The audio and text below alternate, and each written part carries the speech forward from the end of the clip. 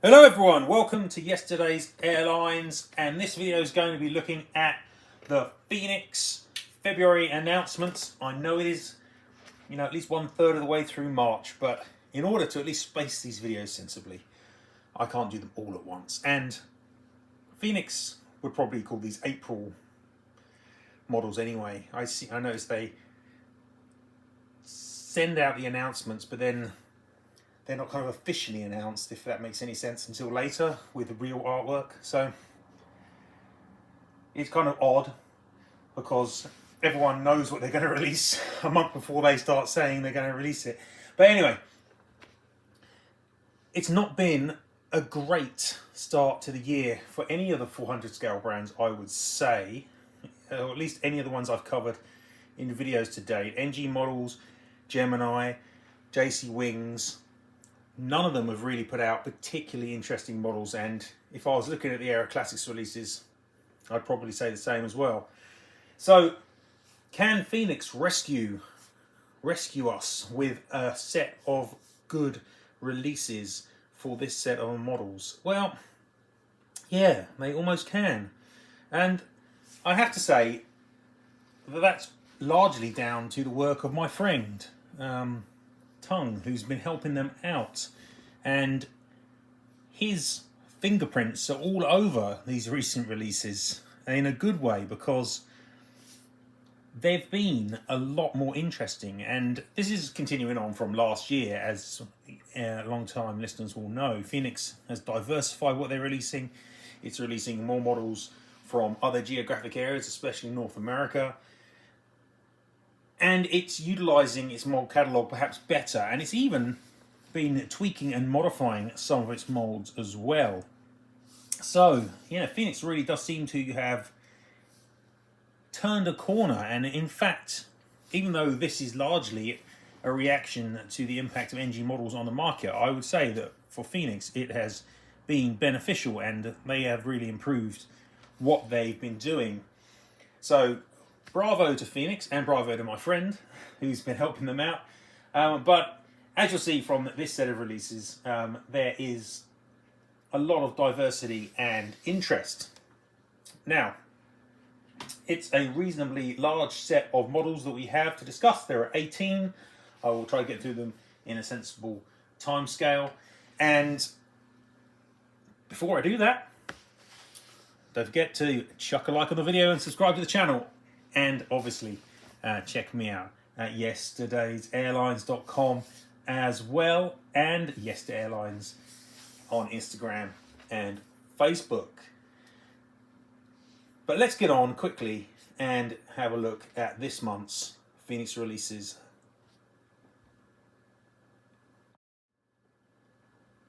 Okay, so we'll start with the Airbuses in tried and trusted fashion, and this month there are 4 Airbuses to talk about. So actually a relatively small Airbus month from Phoenix.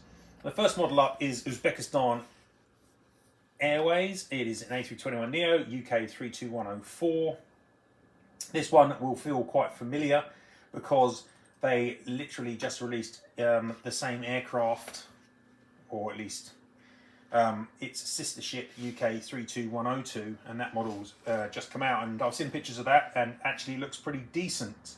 Uzbekistan has this great scheme which helps, even though the Phoenix A321 mold is no world beater, Phoenix have at least modified it recently to make sure that it has the correct flap configuration, so it's got more flap track fairings on the wing, and that's really good to see. And the sort of small mold changes that they've been making recently to improve, or at least make their models more realistic. So that's nice. Still not a great A321 mold, but could be worse. I'm going to put this one up into Workhorse because they've released effectively the same model recently, just on an early fleet member. And the reason they've done that is just to split the release numbers, so that rather than producing 500, they produce 250 of each, which will probably slightly help their sales. Yeah, the mold's not great, but the result looks okay, and it is a more interesting A321neo operator. Next up, we've got a pair of A340-300s, and the A340 is, of course, one of Phoenix's best moulds. But these two actually are not quite as exciting as they first appear. First up, there is an Edelweiss aircraft. The registration is HBJM Charlie, and when I first saw this, I thought, oh, wow, this is pretty exciting. But then actually looking through the database, Phoenix have made two previous A340-300s.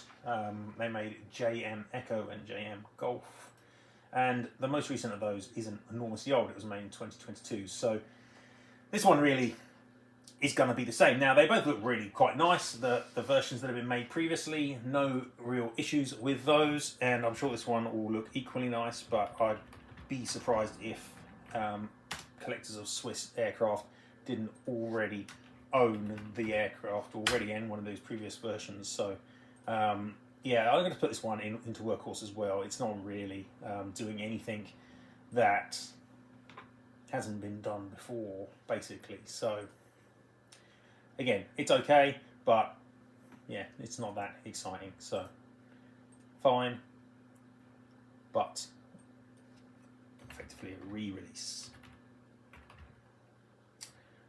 Okay, and the same could be said of the next model as well, which is an A340-300. It's the Lufthansa. It's the Lufthansa old colours. The registration is D Alpha India Golf Zulu.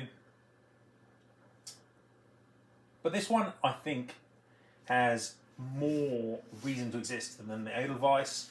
There have, of course, been previous A340s in this scheme made in 400 scale. Gemini made one on their old seamed mould.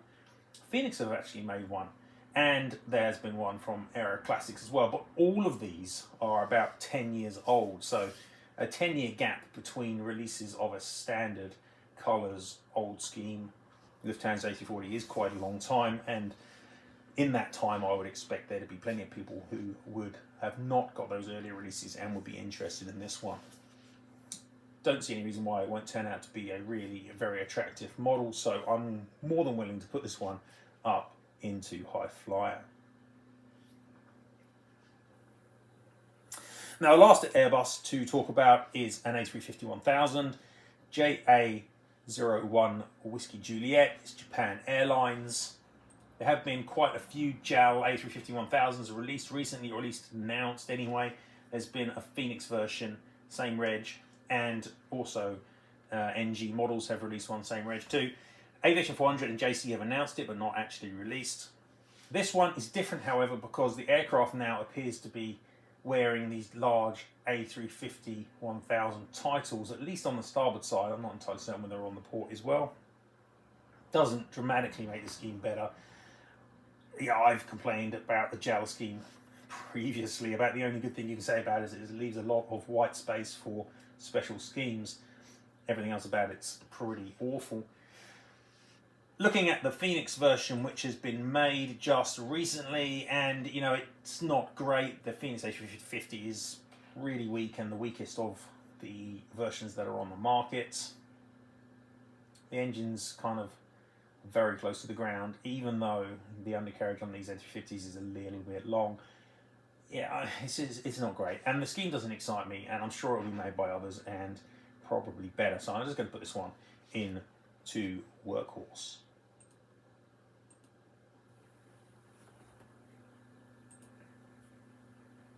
And that takes us into Boeing territory, and there's a lot more Boeings this month. It's quite a Boeing heavy set.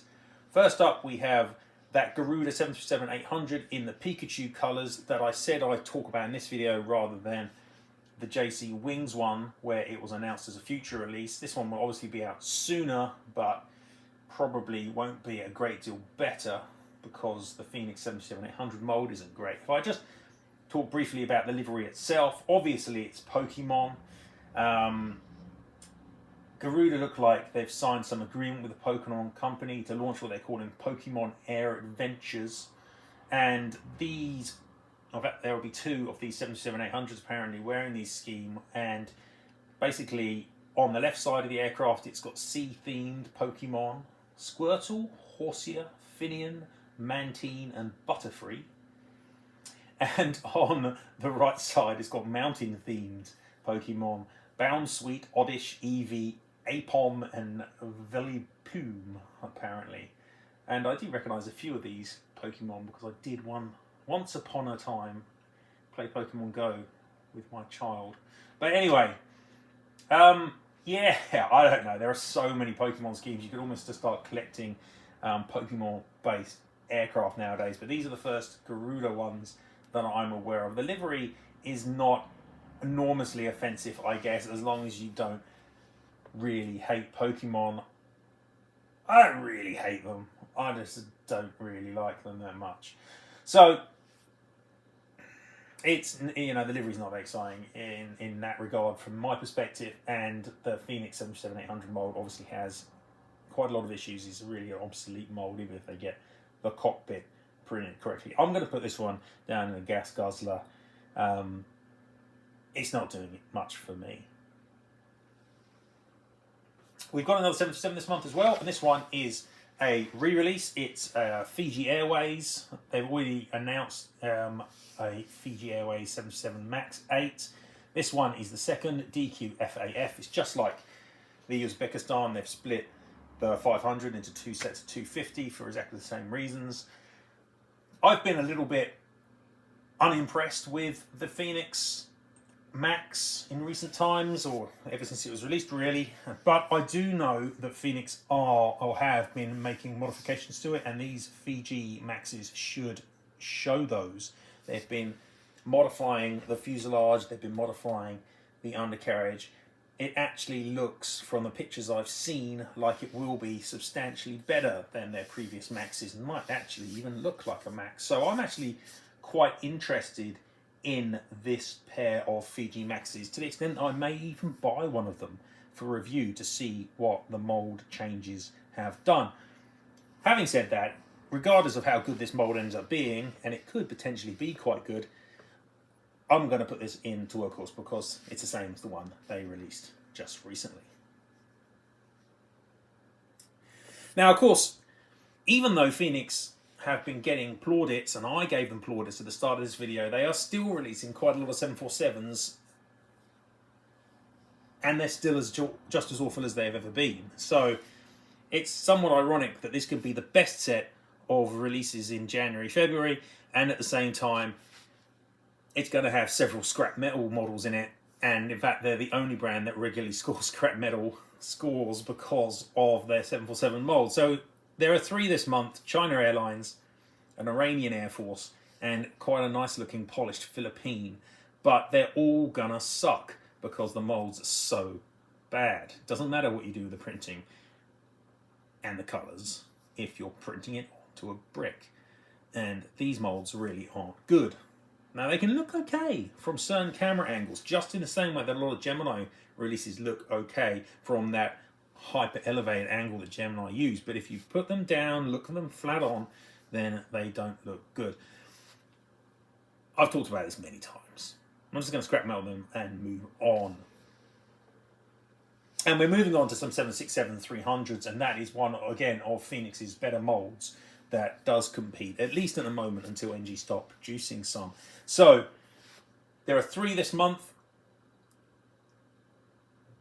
and 2 of them at least are pretty interesting. We're going to start with Air Seychelles. This is S78SY. Now, once again, what Phoenix has done here is split the previous release, which was S7FCS, but in this case, they've at least been able to modify the size of the titles, so you get 2 batches of 2 different schemes, because effectively the livery is the same, except the titles are different size. And on this new release, they are smaller, and this is the scheme that I remember from the 90s, though I admit I used to see it on their Series 200, not the 300, when it visited Gatwick regularly. So it's a nice scheme, I like it. I've seen pictures of the finished model in this case, and in fact you can see them here, and it looks really good. This one is reasonably tempting. I don't think I will get it, actually, because I've already got an Air Seychelles A300, and this is perhaps a little too modern for my fleet, but can't argue with the presentation on what is a pretty good 767-300 mould. So this one's a nice, easy high flyer, I believe. Next model is South American. It's an Avianca 767-300 N84AN, and this one is a model that hasn't been seen in 400 scale for a long time, probably over 20 years. The only previous version wearing this Avianca scheme is a really old geminijets version back from their Mark 1 days when it had a tail seam still. That model is fine. It's quite easily findable. It's, you know, it's showing its age. This one will be better. The mould is nicer, or at least this version of the mould is nicer than that original Gemini 767. I think it will look good. Again, it's kind of just a bit outside of my collection criteria, and even though the Phoenix 767 is good, it's not great. It's not faultless. Certainly the area around the wing to fuselage join is not great. Doesn't really show the shape of the fairing well there, but and the engines are, you know, they're okay, they're not great, you know, but it's a good mould. This one will be an improvement over that previous Gemini. Whether it's enough of an improvement for 2024, I'm not sure, but it's outside of my criteria anyway. It's not something I'm going to spend a lot of time thinking about. I'm still happy to give this one high flyer. It's a nice selection. It will look nice. The last Phoenix 767 from this month, however, is one which doesn't fill me with very much excitement. That one is a JAL Cargo 767. So if you thought the JAL passenger livery was boring, the JAL Cargo one is arguably worse. The registration is JA653 Juliet. There's actually never seemingly been a JAL Cargo 767-300 in 400 scale, but that doesn't mean that I'm going to give this high flyer. I just can't do it. I'm going to put this one in the workhorse. It's really boring. I can understand why they're making it though, and Japanese collectors no doubt will be buying it. Now, one of the good things, again, that my friend Tung has been introduced into Phoenix is some slightly more unusual wide bodies, and that means from not, you know, looking at airlines that aren't airlines, or airlines that are just unusual charter operators or government aircraft. And this month, of the next 3 Boeings that fill out the Boeing roster for this month, 2 of the 3 are in that kind of more unusual space. And we start with an Equatorial Guinea government 777-200. The reg is P4 Sierra Kilo November. Now the aircraft looks pretty amazing. It's a really cool scheme with its gold on it. I have to say it looks nice. I wouldn't buy it. I don't collect government aircraft anyway. And this does wander in some vaguely moral territory about how completely appalling the government of Equatorial Guinea is. It is a dictatorship, a very nasty one, led by this Teodoro Obiang. You know, it's a horrible, horrible country in that regard. Oppression, murder, forced labour, sex trafficking, you know, lack of civil rights, lack of free press, all of this stuff which makes you just, you know, sick, really. While these scumbags steal all the wealth of the country, which should be quite a lot because it's got a lot of oil, and let everyone else live in poverty. Not sure that should have an impact on whether you buy a model airplane or not. Probably not, but it does slightly weigh on my mind. It's not going to stop me putting this into high flyer, but it's something to bear in mind that this aircraft represents, in a sense, all that is wrong with Equatorial Guinea. So, yeah, I guess, I don't know. Horrible country, or horrible government anyway. I'm sure the country's lovely, but yeah. Still, I'll put it in high flyer. It looks nice, but it's a disgrace too. Now the next aircraft, the last 777, is a Series 300. This one more standard. It's Turkmenistan Airlines. It's Series 300 ER E7A781. Sorry, EZA781. Sorry. The aircraft, I was just looking this up. Turkmenistan has picked up a couple of Series 300s recently, both of which are 2012X Cathay Pacific frames.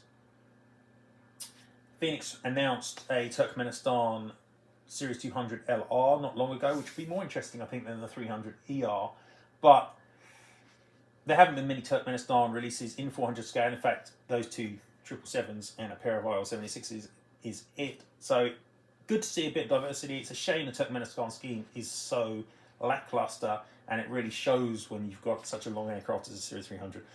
I'm still going to put this into high flyer because it's slightly unusual, but the scheme is really, really, as I say, lackluster. So, again, not what I buy, but I applaud the searching for more unusual operators that has been going on here with this release set. And that continues with the last Boeing. This one's a 787A. Comlux Aruba is the operator. Now, Comlux is a slightly unusual creation. It's a charter airline with multiple divisions split across many countries. You get the feeling it's all a little bit dodge, especially because they have offices in places like Moscow and Almaty. So it is a little bit dodge. So it's interesting that this Comlux Aruba 787 is wearing the livery that it is wearing, because this scheme is very much aimed probably at the sort of people that you usually expect Comlux to be getting business from. And it's wearing a scheme which name checks the recent troubles in Iran. It's got, on one side, it's got a picture of that poor woman who died in police custody, Mahsa Amini, I believe her name was, for not wearing a head covering, which started the riots. On the other side, it's got a picture of the footballer Amir Nasir Azadani, who's facing execution in relation to the same troubles. And it's got various statements on the fuselage talking about women's rights and the fact that, you should not be executed for saying that people shouldn't be wearing a head covering, or you shouldn't be executed for not wearing a head covering. And that's just incredible stuff in the state of the planet, that we have to have these kind of conversations. It's an interesting livery. It's saying something. I applaud the fact that Phoenix are making it. Don't necessarily think that much of the Phoenix 7878 mould, I admit. But again, this is an unusual and interesting scheme. So that in itself is good. I'll put this one also into high flyer. Maybe as much for what the livery is about as the mould it is on.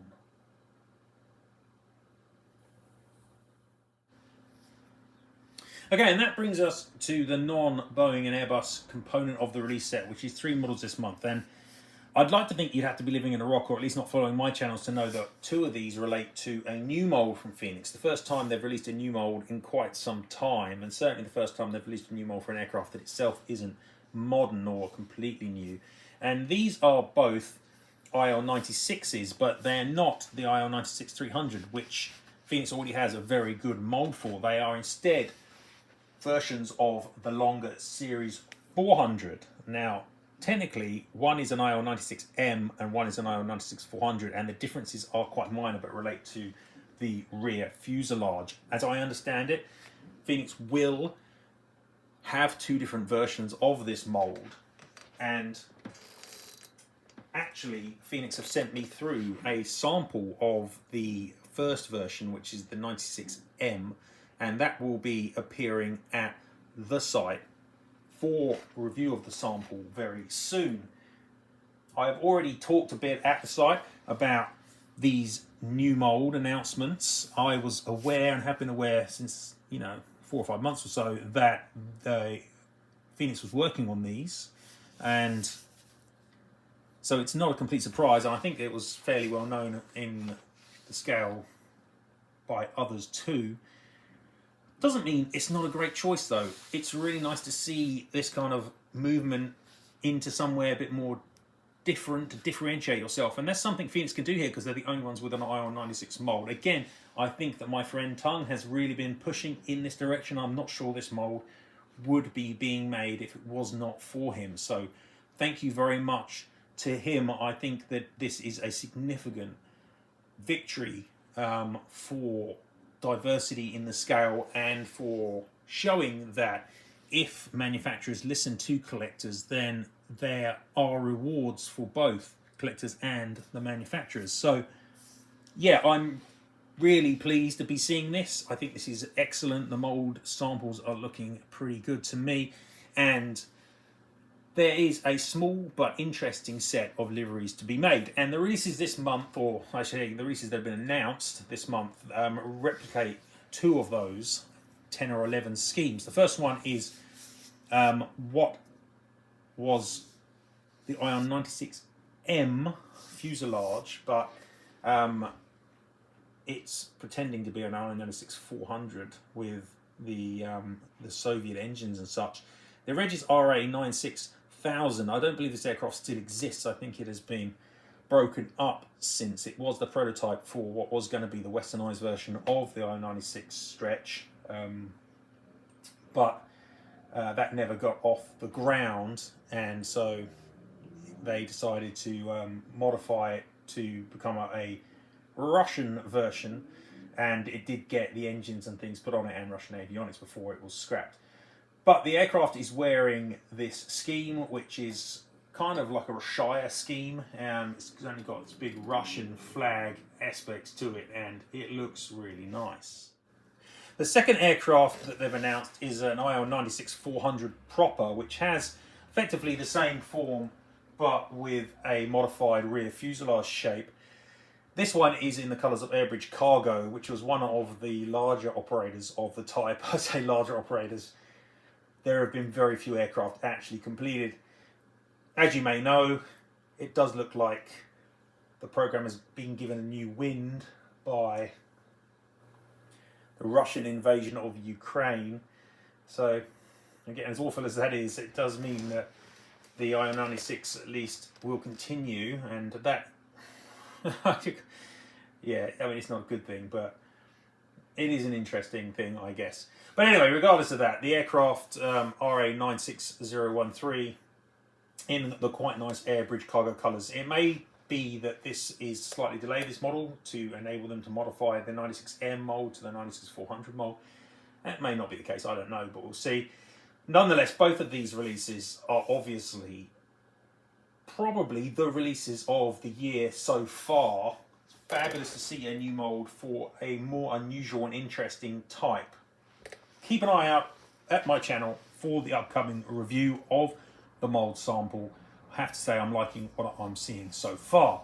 These are both clearly supersonic, though, without a shadow of a doubt. And I think I'll probably get both of those models, and yeah, good chance I'll get most of the releases using this mold. The last release of the month from Phoenix is also a Soviet type. It's a T154. This one's in the colours of Tarom. YRTPG is the registration. This one does not excite me as much as it might, because we've had a release of this aircraft and scheme from both Phoenix and Aeroclassics historically. Now, they are both quite old models, but fundamentally it is the same mould.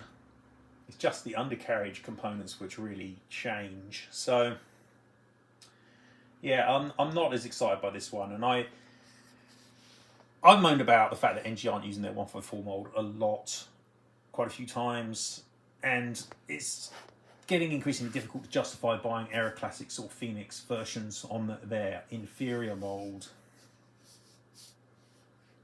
Doesn't mean I won't, but it is getting harder to justify. I'll put this one into Workhorse, I think, because it has been made before. I already own one of the older versions. I'm not going to replace it. Yeah. Just wish NG would be using theirs, I guess, more regularly. That's not Phoenix's fault, but it's there are other options for 154s, and I think some of those will be coming, so it'll be interesting to see if they do.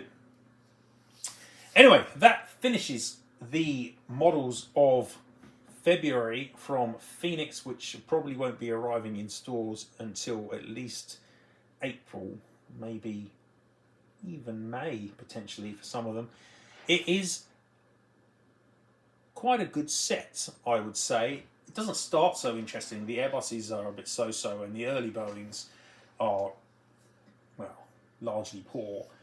But the 767s, the 777s, the 787, those are all more diverse and interesting and really adding some value to the scale. And then, of course, we hit the turbo with those Il-96-400s, which are truly going to be excellent. So really good to see that Phoenix are continuing to evolve their new style, continuing to pick more varied and interesting airlines for release, continuing not to just repeat what has been done by other brands, and hopefully their sales are reflecting the value that they are bringing to the community. So yeah, I've said lots of not so nice things about Phoenix historically, but I have to say that they have proven me wrong recently, and they've been doing well. It would be nice if they, as well as modifying their Max and their A321, but also modify those 747s, but I don't think that's really doable. So it is what it is on relation to those, and we have to kind of learn to live with them.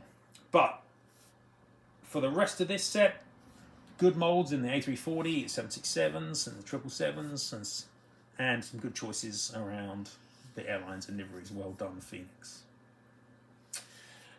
Thank you very much, everyone. As I say, keep an eye out for those Il-96-400 sample review, and I will be back at the channel in the not too distant future, I'm sure. I'll speak to you then.